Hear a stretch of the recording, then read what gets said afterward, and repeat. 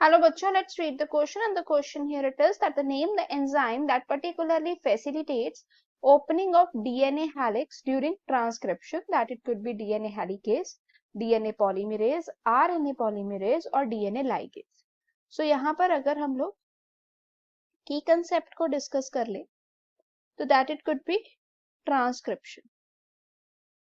ठीक है, ट्रांसक्रिप्शन क्या होता है student? It is a process by which you can say RNA, that is mRNA, messenger RNA is formed from the DNA through a procedure हम कह सकते हैं. ठीक है, एक प्रॉपर एक प्रोसेस है. अगर हम यहाँ पे सारी ऑप्शंस को देखें तो फर्स्ट ऑप्शन है हमारे पास DNA helicase. So DNA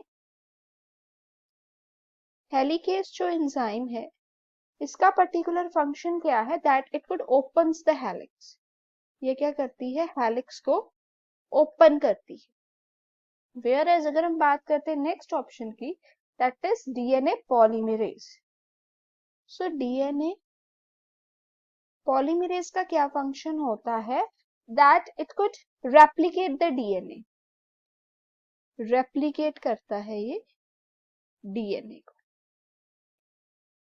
the next here it is RNA polymerase.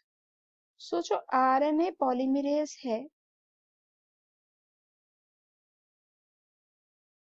that has ability to transcribe DNA, to transcribe DNA. ठीक है, डीएनए को ट्रांसक्राइब करता है as well as opening the DNA double helix, as well as it helps in the opening of DNA double helix. तो यहाँ पर अगर देखा जाए स्टूडेंट्स तो ये हो गया आंसर. बट स्टिल हमारे पास है लाइगेज, डीएनए लाइगेज, जो कि किसका काम करता है? ज्वाइनिंग का. ये ज्वाइन करता है डीएनए सेगमेंट्स को.